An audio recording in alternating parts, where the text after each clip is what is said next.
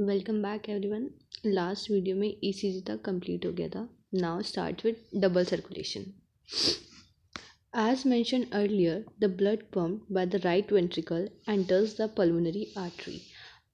अब हम इतना पढ़ के आए हैं, हमें समझ आ गया है कि हमारा ब्लड कैसे पंप होता है। तो फिर से हम अपना हार्ट का रफ डायग्राम ड्रॉ करते हैं।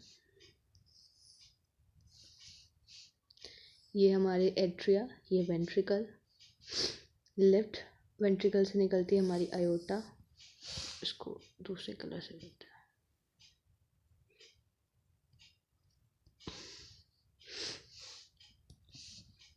ये है हमारी आयोटा।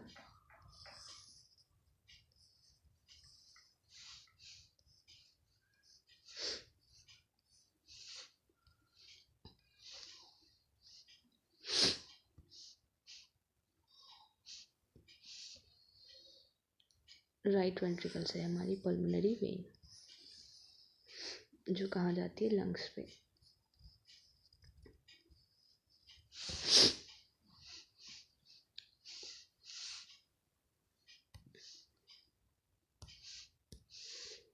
इधर है ट्राइकस्पिड वॉल्व, इधर बाइकस्पिड वॉल्व, ये है सेमिलुनार वॉल्व्स।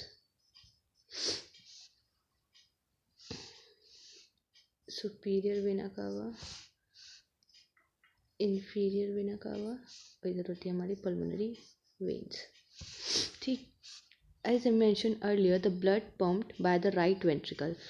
जो ब्लड पंप होगा कहाँ से, राइट वेंट्रिकल से, कहाँ जाएगा, हमारी पल्मोनरी आर्टरी में। ये है हमारी पल्मोनरी आर्टरी।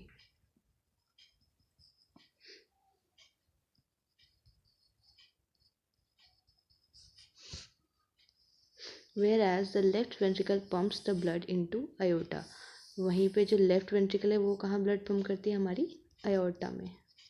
यहाँ से, ये है हमारी left ventricle. The deoxygenated blood pumped into the pulmonary artery. जो पल्मोनरी आर्टरी में ब्लड जाता है हमारा, वो कैसा होता है, डीऑक्सीजनेटेड। ये कैसा ब्लड होता है हमारा, डीऑक्सीजनेटेड ब्लड। क्योंकि पल्मोनरी आर्टरी कहाँ जाके ओपन हो रही है, हमारी लंग्स में। फिर लंग्स से होता है ऑक्सीजनेटेड। ऑक्सीजनेटेड ब्लड कहाँ से होते हुए आता है, पल्मोनरी वेन से हमारे इधर लेफ्ट एट्रियम में। तो the deoxygenated blood pumped into pulmonary artery is passed on to the lungs. Lungs के पास जाएगा। वहीं से ऑक्सीजनेटेड ब्लड लेके कौन आती है, पल्मोनरी वेन्स, और कहाँ दे देती है उसको, हमारी लेफ्ट एट्रियम में। ठीक, this pathway constitute the pulmonary circulation. इसको हमने क्या कहा, पल्मोनरी सर्कुलेशन। अब पल्मोनरी जो टर्म है रिलेटेड है हमारे लंग से, तो हम कह सकते हैं ये पाथवे जहाँ पे क्या हो रहा है, लंग का इन्वॉल्वमेंट हो रहा है। टिल ये यहाँ से लेना, लंग से ऑक्सीजनेटेड होके फिर वापस से हमारा लेफ्ट एट्रियम में आ जाना, ये क्या कहलाएगा, इतना part, pulmonary circulation. Pulmonary circulation.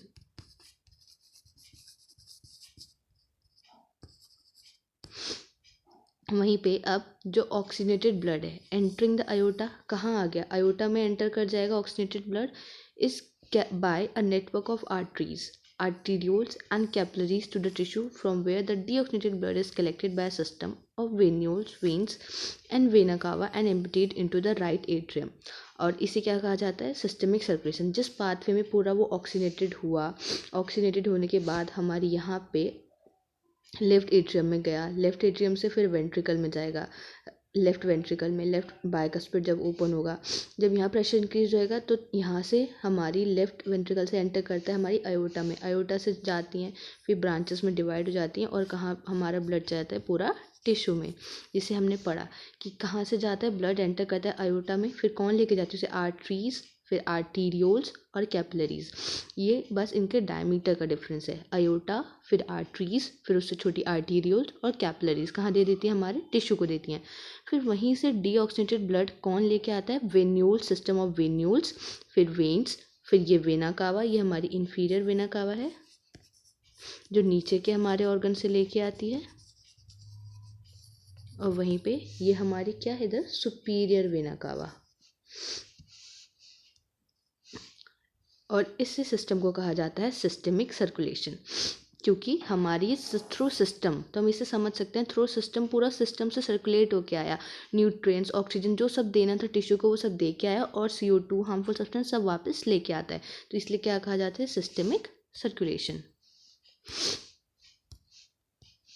The systemic circulation provides nutrient, क्या देता है, न्यूट्रिएंट देता है, O2 ऑक्सीजन और जितनी भी एसेंशियल सब्सटेंसेस हैं टिश्यू को, और वहाँ से CO2 लेके आता है और दूसरे हार्मफुल सब्सटेंस को भी, ताकि उनका क्या हो सके, एलिमिनेशन हो सके। अब a unique vascular connection exists between the digestive tract and liver called hepatic portal system। अब एक अलग कनेक्शन जो हम पढ़ते हैं वो होता है हमारा हेपाटिक पोर्टल सिस्टम, ठीक है।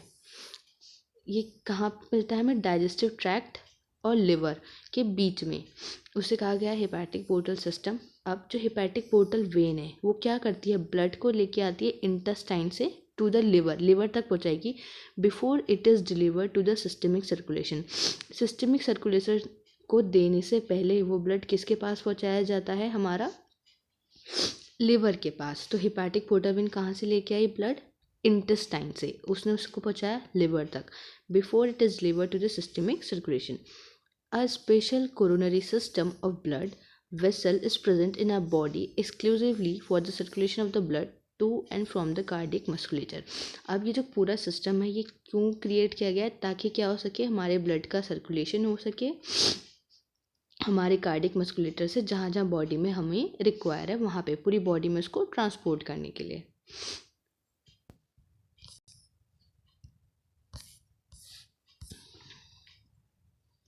देखो ये हमारा हार्ट, ये right atrium, right ventricle, left atrium, left ventricle. ये है हमारी पल्मोनरी आर्टरी, पल्मोनरी आर्टरी कहाँ से खुल रही है, राइट वेंट्रिकल से, और ब्लड देखो राइट वेंट्रिकल से ओपन हो रही है।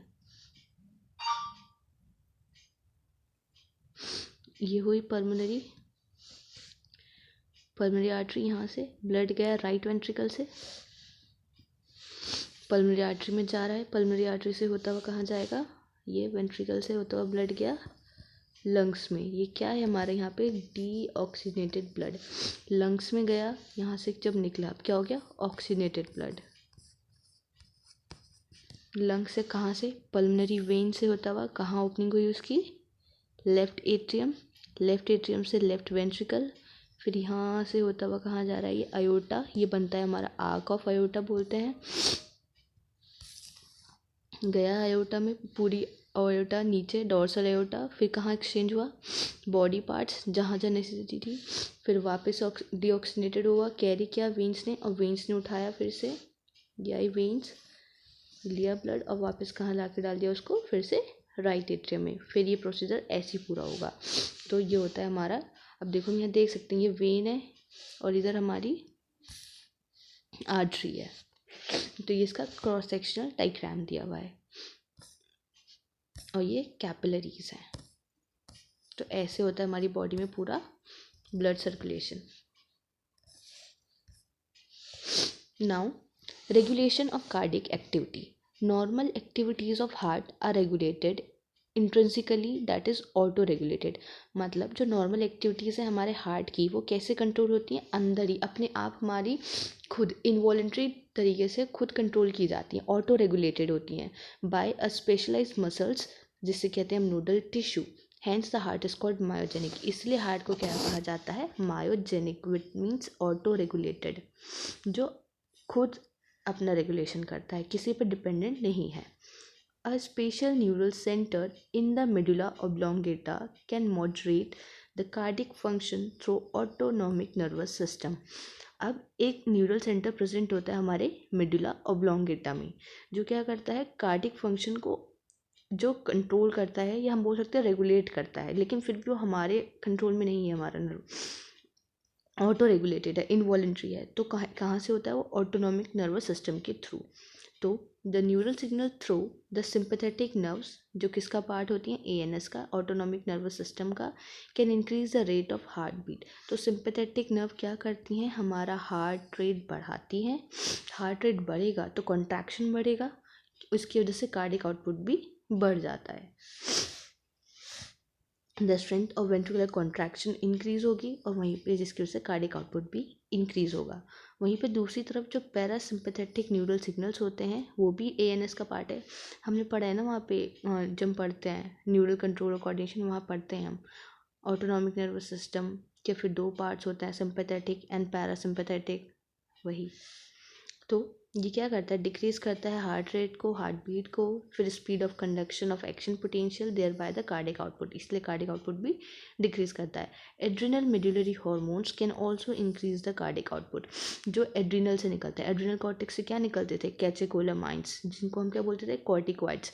तो उसमें हम पढ़ते थे क्या बोलते थे, इमरजेंसी हार्मोन्स। तो एड्रिनल मेडुलरी हार्मोन्स होते हैं वो क्या करते हैं, हमारा कार्डियक आउटपुट इंक्रीज कर देते हैं। तो यहाँ पे कैसे कंट्रोल करा है, कार्डियक एक्टिविटी ऑटो रेगुलेटेड होती है, मेडुला ऑब्लोंगेटा से होती है और किसके थ्रू, ऑटोनॉमिक नर्वस सिस्टम। हम पढ़ते हैं ना सीएनएस के दो पार्ट होते हैं, central nervous system, somatic neural system और ऑटोनॉमिक न्यूरल सिस्टम।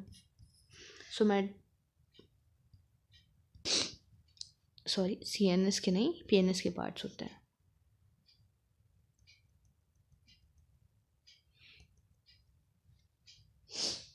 जो ह्यूमन न्यूरल सिस्टम होता है वो दो पार्ट्स में डिवाइड होता है ना, सीएनएस सेंट्रल न्यूरल सिस्टम और पीएनएस में।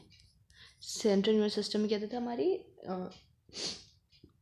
स्पाइनल कॉर्ड, ब्रेन, ये सब। वहीं पे फिर जो पीएनएस के दो पार्ट होते हैं हमारे, somatic neural system and autonomic neural system. तो ऑटोनॉमिक न्यूरल के फिर दो पार्ट आते हैं, सिंपैथेटिक एंड पैरासिम्पैथेटिक। तो जो सिंपैथेटिक है वो क्या कर रहा है, हार्ट रेट को इंक्रीज करा रहा है, कार्डियक आउटपुट इंक्रीज करा रहा है। वहीं पे पैरासिम्पैथेटिक क्या कर रहा है, डिक्रीज कर रहा है। मोस्टली सिंपैथेटिक जो है वो चीज़ को बढ़ाता है, एक्सेप्शन आता है उसका जीआईटी में, बस वहाँ पे वो अपोजिट हो जाता है उसका role.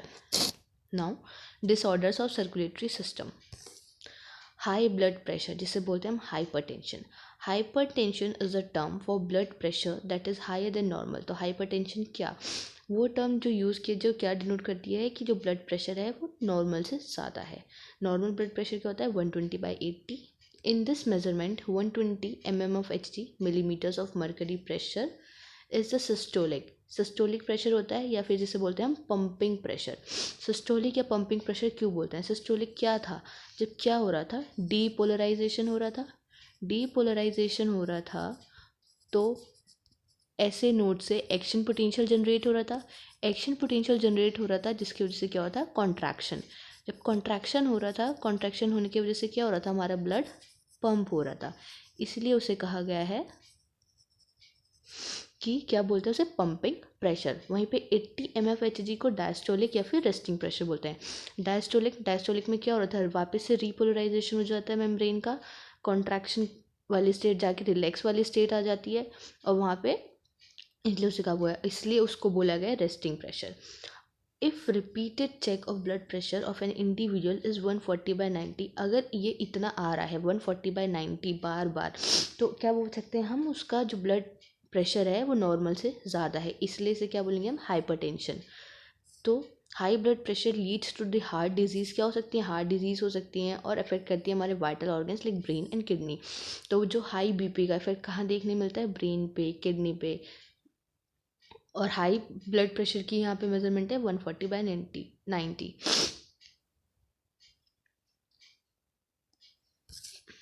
Now coronary artery disease, जिसे बोलती हैं CAD, coronary artery disease, often referred to as atherosclerosis. क्या ये हमारी वेसल्स को अफेक्ट करती है जो ब्लड सप्लाई करती हैं हार्ट को, हार्ट की मसल को, जिसकी वजह से क्या होने लग, वहाँ पे ना कैल्शियम का डिपोजिशन, फैट का डिपोजिशन और कोलेस्ट्रॉल, इन सब का डिपोजिशन हो जाता है, जिसकी वजह से वहाँ पे जो ल्यूमेन होता है वो छोटा होने लगता है। इसीलिए इसे बोलते हैं हम CAD, coronary artery disease, often referred to as atherosclerosis, affect the vessels that supply blood to the heart muscles। जो हार्ट की मसल्स को ब्लड सप्लाई कर रही है वेसल, उसमें क्या होने लगता है, डिपोजिशन हो जाता है, कैल्शियम का डिपोजिशन हो जाए, फैट का हो जाए, कोलेस्ट्रॉल हो जाए, फाइब्रस टिश्यू हो जाए। तो ये सब क्या करेंगे, देखो इसके ल्यूमेन पे आ रही हैं तो इसका डायमीटर छोटा करेंगे तो यहाँ से ब्लड पास होने में प्रॉब्लम होगी, इसीलिए, जिसकी वजह से क्या हो जाता है, which makes the lumen of arteries narrower, उसके ल्यूमेन को वो छोटा कर देती हैं। Now angina, Angina, it is also called as angina pectoris. A symptom of acute chest pain appears when no enough oxygen is reaching. एक symptom produce होता है एक्यूट चेस्ट पेन होता है जब inefficient amount of oxygen हमारे heart muscle तक नहीं पहुंच रही होती। तो अंजाइना अगर in men and women of any age, लेकिन कॉमन होता है मिडिल एज में और एडल्टली। क्यों होता है जो अफेक्ट ये इसीलिए होता है क्योंकि ब्लड फ्लो हमारा अफेक्ट हो रहा है। जब ब्लड फ्लो अच्छे से नहीं होगा उसके वजह से ऑक्सीजन अच्छे से नहीं पहुंच पाएगी हमारी हार्ट मसल्स के पास, इसीलिए ये कंडीशन आ जाती है। Heart failure. Heart failure means the state of heart when it is not pumping blood effectively enough to meet the need of the body. Heart failure का मतलब ये है जब पंपिंग ही ब्लड की अच्छे से नहीं हो रही ताकि जो बॉडी की नीड है वो पूरी हो पाए। It is sometimes called congestive heart failure because the congestion of the lungs is one of the main symptom of this disease.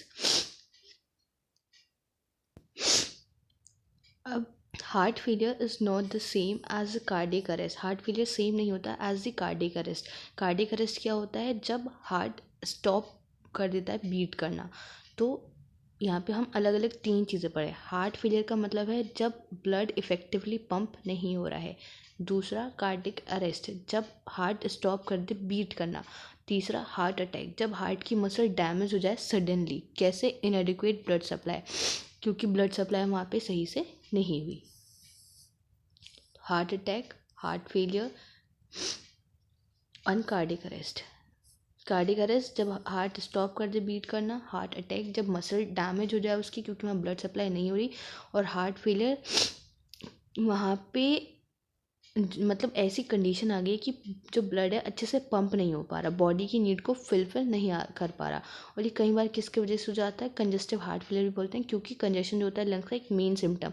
हम कैसे समझ सकते हैं? कंजेशन मतलब होता है कि वहाँ पे क्या हो गया, एक्यूमुलेशन हो गया। समझ सकते हो कि किसी चीज़ का एक्यूमुलेशन हो गया है।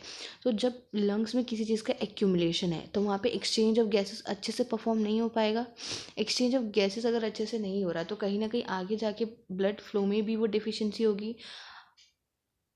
तो हम ऐसे रिलेट कर सकते हैं और इसको हम आगे अपनी हायर स्टडीज़ में पढ़ते हैं तो और अच्छे से समझ पाओगे कि यहाँ पे क्यों बोला जाता है कंजेस्टिव हार्ट फेलियर। तो ये इसकी डिजीज़ेस हो गई। यहाँ पे ये पूरा चैप्टर कंप्लीट हो गया। हमने इसमें सारी चीज़ें कवर करी हैं। पूरा एनसीईआरटी पे ही फोकस है क्योंकि सिर्फ एनसीईआरटी की लाइन से ही क्वेश्चंस आते हैं हमारे। 1-2 बाहर से आ गया तो आ गया, लेकिन मेन पार्ट यहीं से आने वाला है। तो जितना अच्छे से हम इसकी लाइन टू लाइन पढ़ेंगे, एनसीईआरटी की लाइन को समझेंगे, उतना हमारे लिए अच्छा रहेगा। तो मिलते हैं नेक्स्ट चैप्टर में, तब तक के लिए